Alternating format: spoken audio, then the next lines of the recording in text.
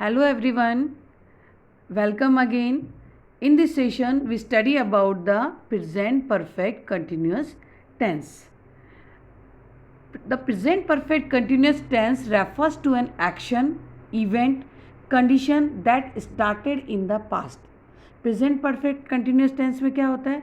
Action, events या condition हमारे past में शुरू हो जाते हैं and is going on till the time of speaking, और ये कंटिन्यूस चल रहा है जब हम इसके बारे में, उस काम के बारे में, उस कंडीशन के बारे में, उस घटना के बारे में बात कर रहे हैं.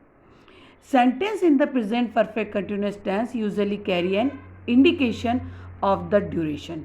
जो आपके जो प्रेजेंट परफेक्ट कंटिन्यूस टेंस है उसमें कुछ इंडिकेट किया जाता है टाइम का, ड्यूरेशन का.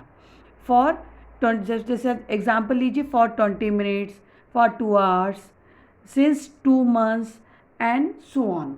अब इसमें एक इम्पॉर्टेंट बताने वाली बात यह है कि सिंस और हम फॉर का यूज़ हम कहाँ करते हैं.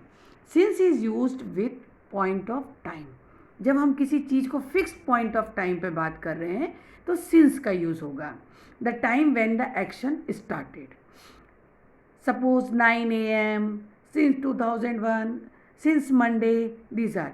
Or for is used with period of time. The duration of time for which a particular action lasted. उस समय का जब चल रहा था. For 2 hours, for 5 hours.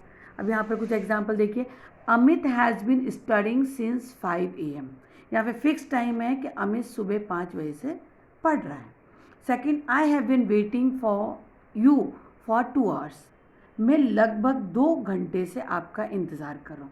2 घंटे पहले का टाइम नहीं दिया है, फिक्स्ड पॉइंट नहीं है, ड्यूरेशन ऑफ द टाइम दिया है बट पॉइंट ऑफ टाइम नहीं दिया है. तो जहाँ पॉइंट ऑफ टाइम होगा वहाँ सिंस यूज़ करेंगे, और ड्यूरेशन ऑफ टाइम होगा, जहाँ पर पीरियड ऑफ टाइम होगा वहाँ पर हम फॉर का यूज़ करेंगे. ये बहुत ध्यान देने वाली है बात है प्रेजेंट परफेक्ट कंटिन्यूस टेंस में.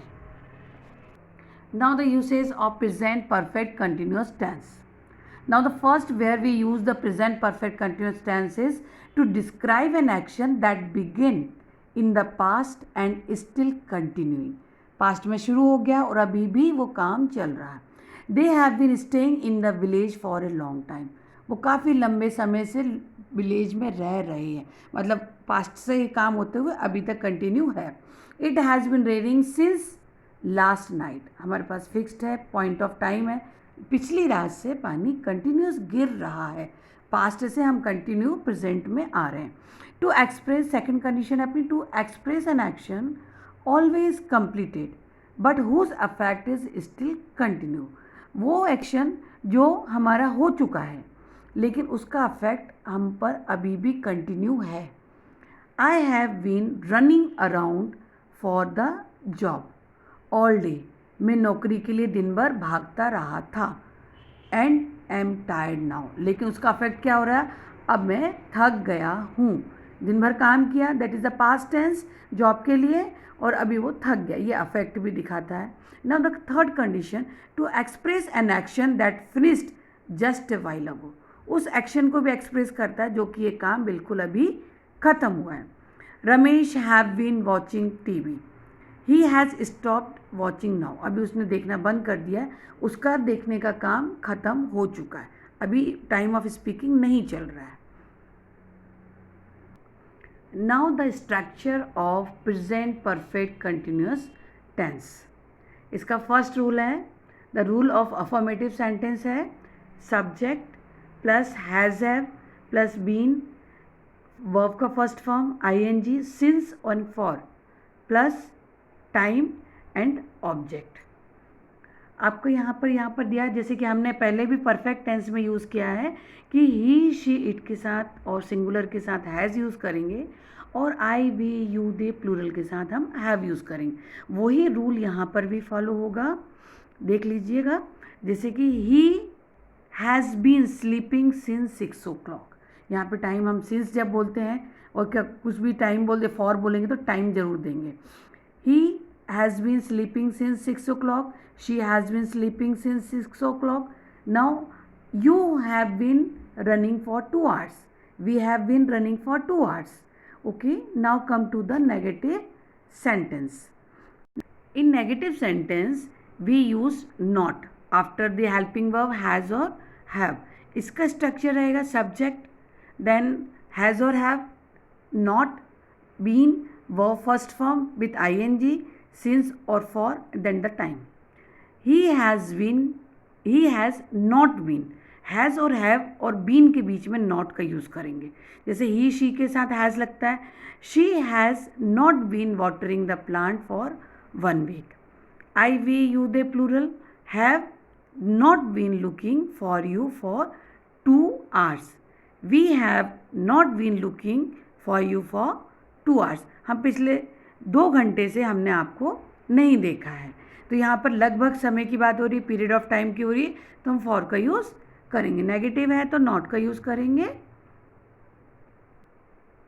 नाउ इन इंट्रोगेटिव सेंटेंस, जैसे कि अभी तक हम पढ़ते हुए आए, इंट्रोगेटिव सेंटेंस में जो हेल्पिंग वर्ब होते हैं वो सब्जेक्ट से पहले आ जाते हैं, they come before the subject. Then has have plus subject plus been plus verb का फर्स्ट फॉर्म, उसमें ing लग जाएगा। स्लीप, स्लीप में ing sleeping, since, for plus object और time.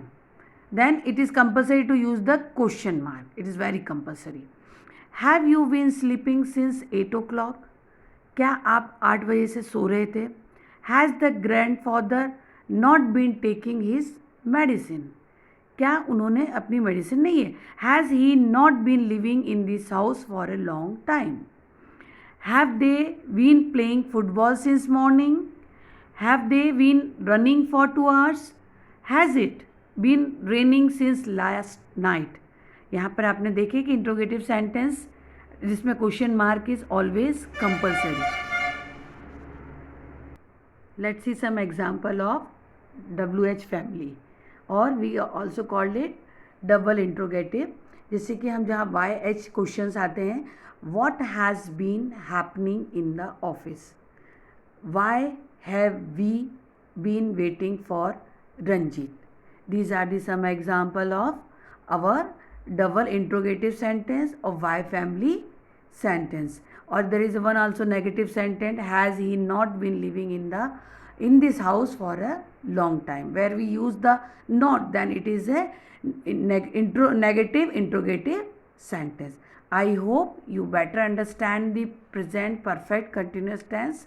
It is very helpful while speaking in English.